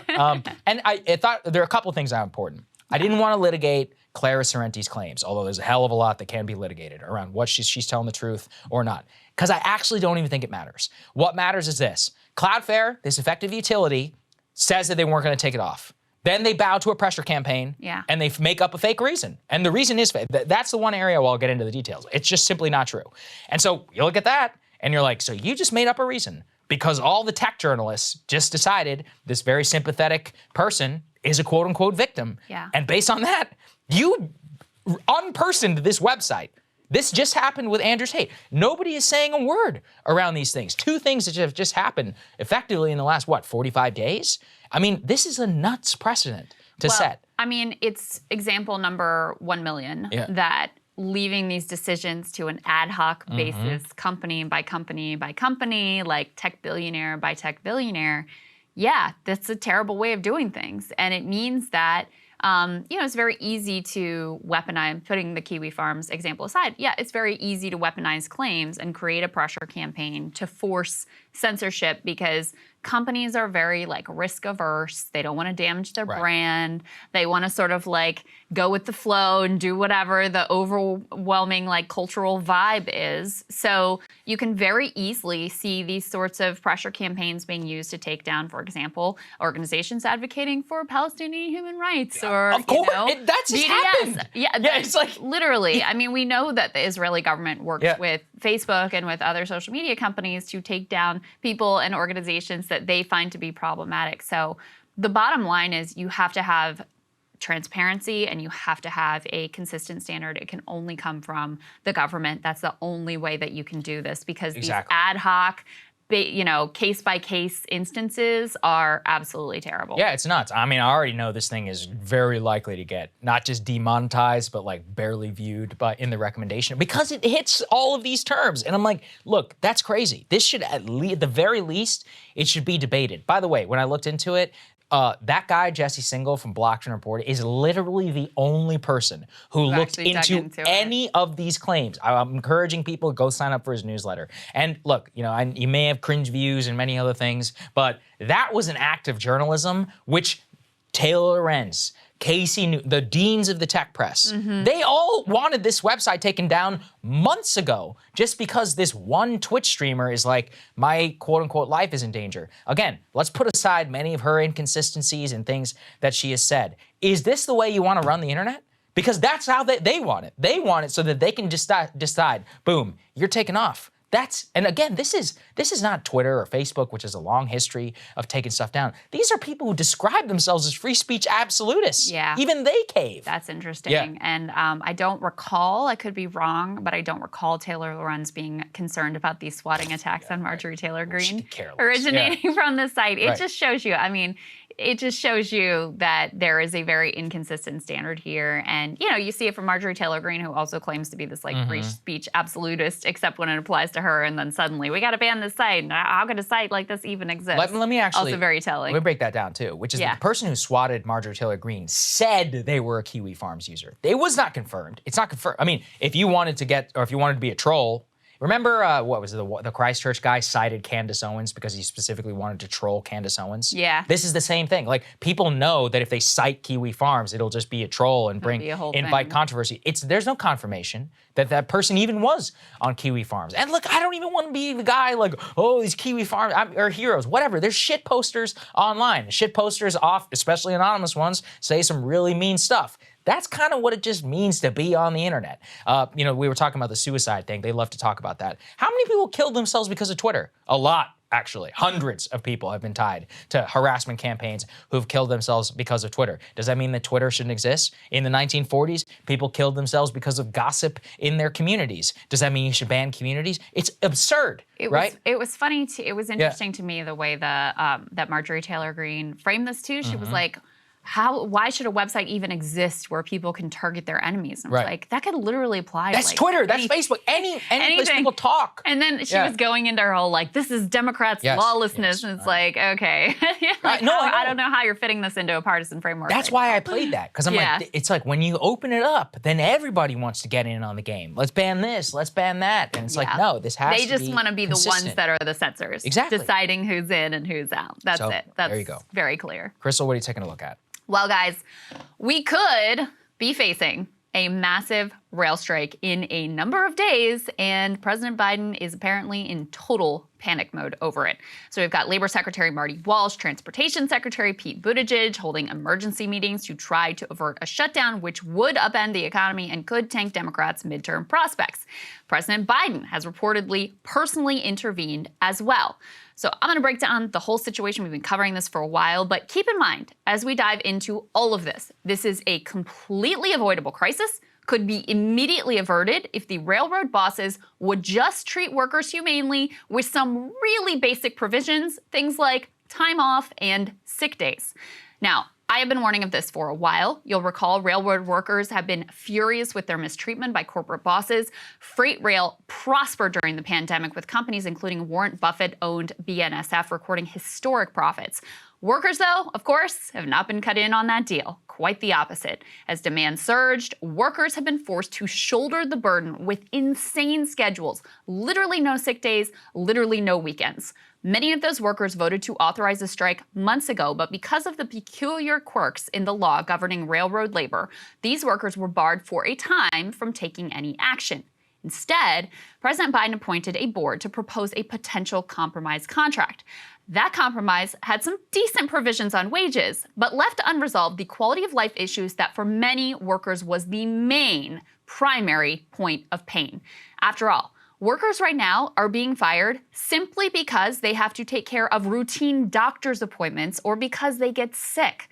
So for the largest two unions representing a bulk of these workers, the proposed compromise was wholly unacceptable. An informal survey of rank-and-file rail workers found that more than 90% would reject the board's recommendations. 96% said they should strike once they are permitted to by law. And that date is now just days away. Workers could strike as soon as Friday if no deal is reached. And by the way, these employers could also have a lockout by Friday as well. So what will happen now? Well, ideally, management will come to a deal that everyone can live with. But the signs right now, they are not good. Instead, the railroad CEOs seem to be pushing for Congress to get involved here. Because railway labor relations, again, are governed by their own set of laws, one provision allows Congress to cram down a deal that both sides would be legally bound by. Right now, rail bosses are weaponizing their economic weight to try to scare the politicians into taking action, since the railroad bosses expect that they would get a better deal with elected officials who are worried about donors and midterms than they would directly negotiating with the unions and the workers. So already, even in advance of the potential strike or lockout, freight carriers are putting an embargo on certain types of shipments and warning that rail shippers could be blocked from making any shipments at all. Effectively, what they're doing here is trying to hold rail shipments hostage to gain leverage in the negotiations and try again to force Congress's hand. The unions, who sense that Congress would side with industry, are adamantly opposed to congressional intervention. In a joint statement, they wrote, quote, "These self-appointed titans of industry complain constantly about government regulation and interference, except now when it comes to breaking the backs of their employees. It's time for the federal government to tell the CEOs who are running the nation's railroads into the ground that enough is enough. Congress should stay out of the rail dispute and tell the railroads to do what other business leaders do, sit down and bargain a contract that your employees will accept." Now, if Congress keeps their nose out, that would leave a third possibility that we face an actual strike or a lockout. Now, the economic impacts of this would be huge. We're talking passenger and freight rail, vegetables rotting, consumer goods stuck, backlogs growing, and threatening the Christmas shopping season. The last thing we need right now is more supply chain issues, just that there have been some positive signs on inflation, although we got a new report today, things aren't looking so good there either. And all because rail bosses don't want to let people have enough time off to go to a frickin' doctor's appointment.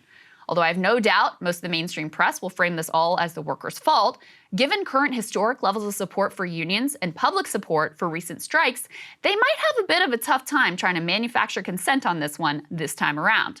Regardless of whether the public sides with the workers or industry, however, doesn't take a political genius to figure out such an outcome would be a disaster for Democratic midterm prospects. Hence, the emergency meetings and general panic that set in at the White House this week as they stare down the barrel of a September surprise that could easily undo all the polling gains they have made in the past couple months. I'm sure Mayor Pete's got this all under control, right, guys? The media is just now waking up to this story and what a big deal it could ultimately be for politics, for economics, and obviously for workers. Keep a close eye on this one as that Friday deadline approaches. We're about to find out just how committed Biden actually is to his pro-worker rhetoric. So Steny Saagar has also, congressional leader, House Democratic Caucus. He has also come out and said basically like, we will not allow a rail shutdown, a rail strike. What does that mean? Yeah. Well, it means, so by law, Congress is able to come in and force a contract. Right. And the expectation is it would be very much in line with what this presidential board proposal was previously, which did, like I said, was okay on wages. But the big reason that they are so upset is over this insane lack of time off. I was reading one rail worker on Twitter was saying that he was working with a new hire who literally will not have a paid scheduled day off for a year. That's insane. It's not just sick day. They don't get weekends. I mean, when they're saying time off, they're literally talking about a single day off. So that's the part that they're so upset about, that they've been pushing for years. And what happened here is during the pandemic, first of all, the railroads let a bunch of workers go. Then they're slammed with freight traffic in particular. And so instead of rewarding their workers, instead of really gearing up and bringing in the people that they need, they've instead forced these workers to shoulder their burden. They're making historic profits, and they are just like working these people to the bone. So it's coming to a head. If I had to guess what will happen, because the political ramifications are so severe, I think Congress probably will I think jump Congress in. and Biden will jump in. You know, it's funny how, like, in almost every circumstance, Congress takes forever and they can't be bothered to act and they can't get their shit together. But when it comes to like their own, saving their own political asses and like forcing workers to comply, somehow they'll find a way to get their act together. I am deeply, I think there's no way that they stop. Just because we require so much rail in order to move, like logistically, gas, all kinds of things across the country. There's just no way they can let it go down. And there's obviously just no way that they're going to allow them to have the time off that they want. I mean, the boss class here and how powerful they are really does show you, which is that they really can control things at the highest level when the government has the ability to just step in. So yeah, it is a good test of Biden. Like, what's he gonna do on this particular one? I think we know. Yeah.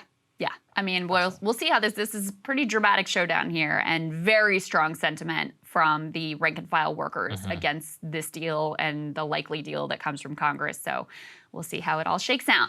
That'll be fun. All right, guys. Joining us now, we have Jeff Stein. He, of course, is an economics reporter for the Washington Post, and recently had a great breakdown of the Republican legal strategy to try to undo President Biden's executive action with regard to student loan debt relief. Let's get right to that. And joining us now is the one and only Jeff Stein. Great to see you, Jeff. Good to see you, man. Thanks for having me back on, guys. Really appreciate it. Got it working today. Excited about that. Let's go ahead and put your latest reporting here about the Republican plan to use the courts to block Biden's student loan debt relief. Let's go ahead and put that up on the screen. Headline here is Republicans are readying lawsuits to block Biden's student debt plan. GOP attorneys general, top lawmakers, and conservative groups are discussing legal options, alleging the White House's move to cancel student debt is illegal. What are they looking at here, Jeff? So when the White House announced its student debt plan, there was this question of how are they going to defend this? It's a huge unilateral action, a huge expansion of executive authority. And there's a question of, how, can they do this without Congress?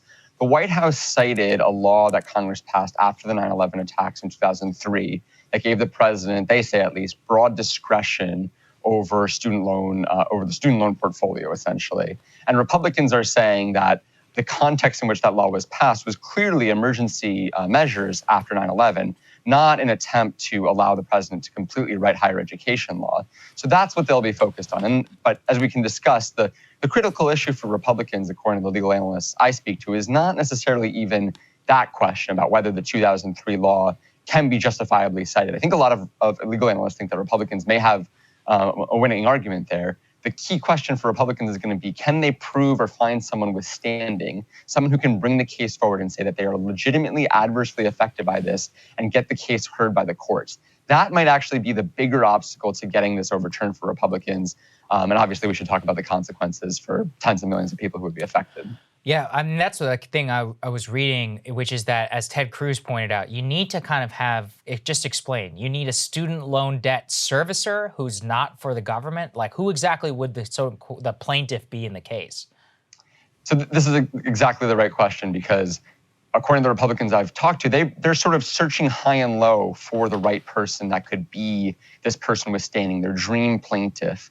And the reason they're doing that is because it's actually harder than you think to bring a case alleging that the president has violated the Constitution. As I said, you need this plaintiff to get the courts to hear the case.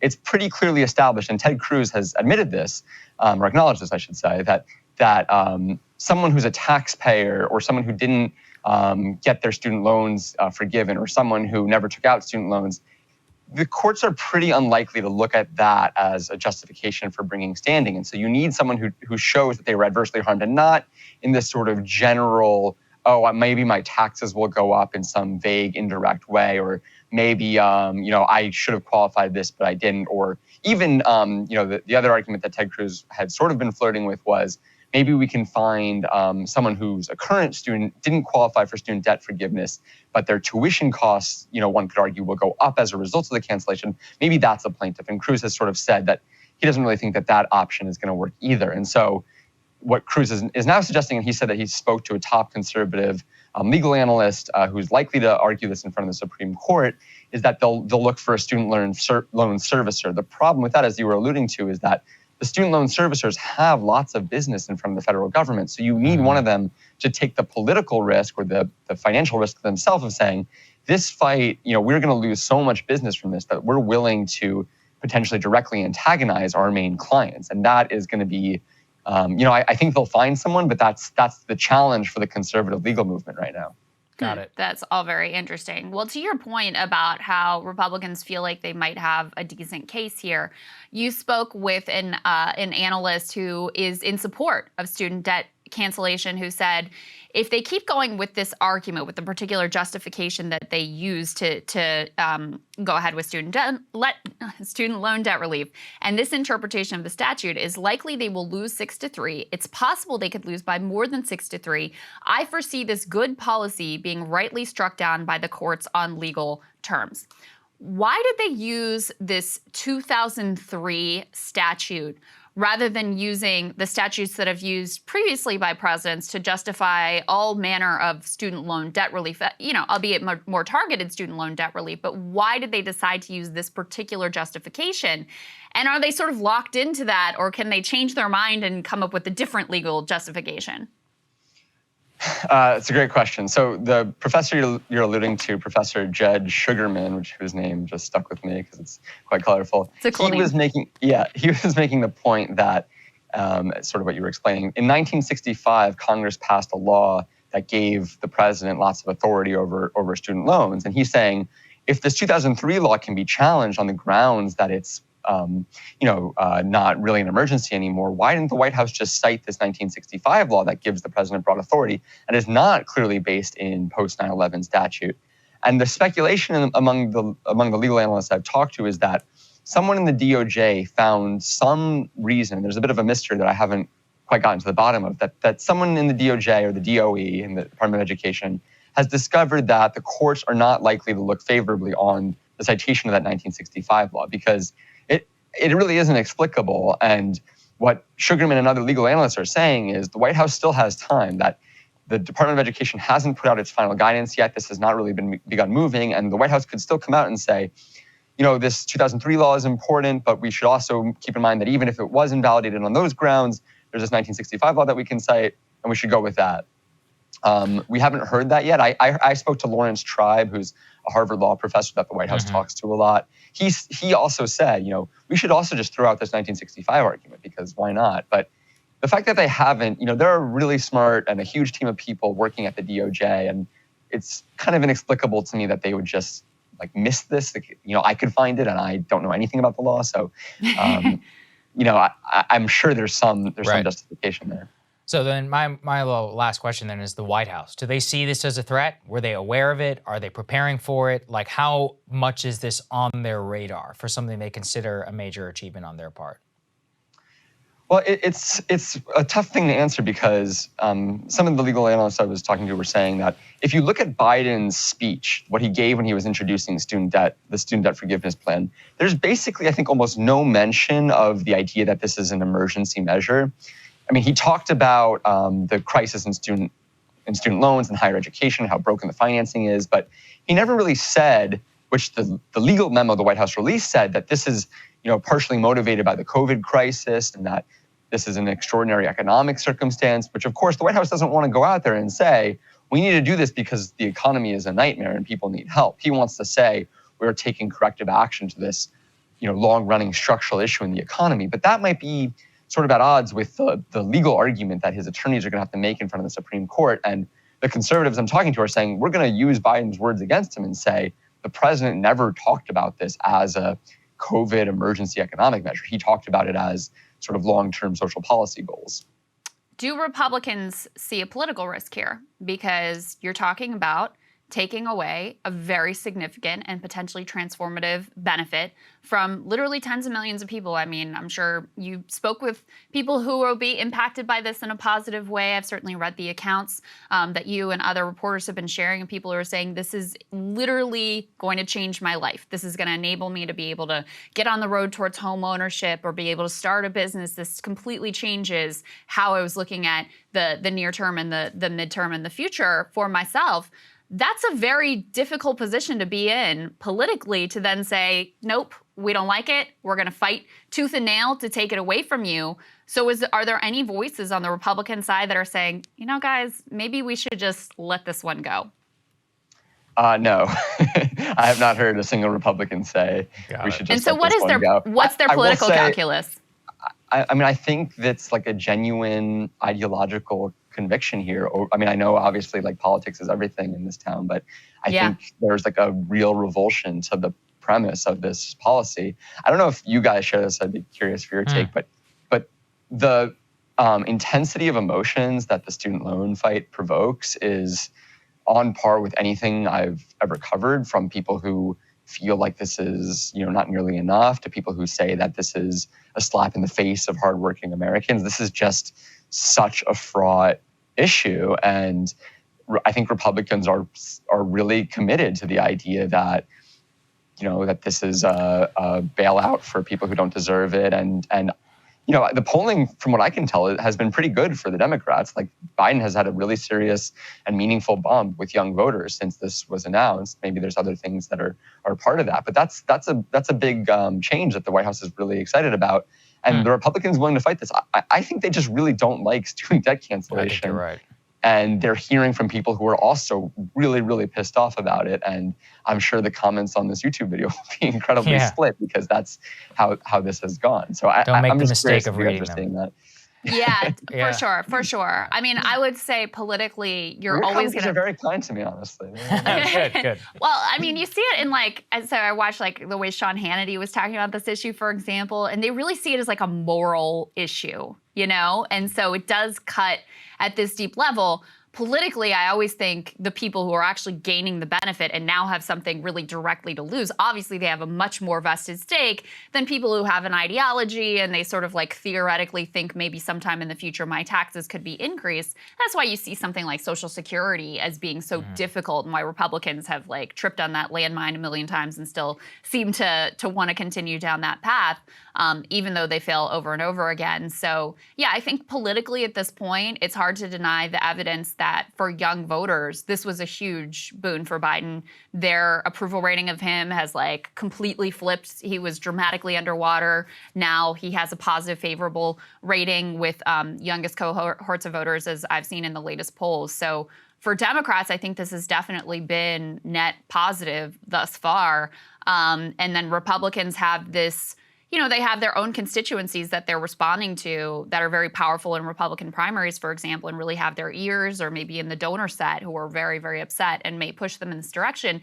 Even though, again, I think it's very politically perilous for Republicans to be in the business of trying to strip what is a significant and transformative benefit for tens of millions of Americans. Yeah, it's going to be interesting, Jeff. Oh, go ahead. Sorry, I don't want to overstate this, but because I think, you know, this is only one policy. It's kind of limited in some ways, but I think we're seeing the at least attempt of, you know, during the Clinton, you know, era, and when Hillary ran for president, there was sort of a lack of attention, I think a lot of Democrats felt, to delivering tangible material benefits for people and seeing if that would lead to more political success. And this could be a sort of a test case for that premise. Yeah. Indeed. A very interesting one to watch. Jeff, thank you so much for breaking it down. Great to see you, my friend. Thanks, man. Thank you, guys. Great being on. Our pleasure.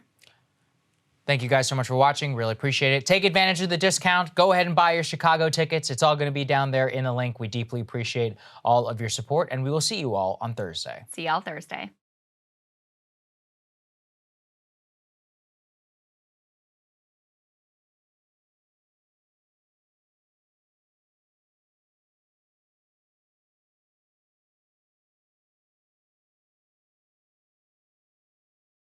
you.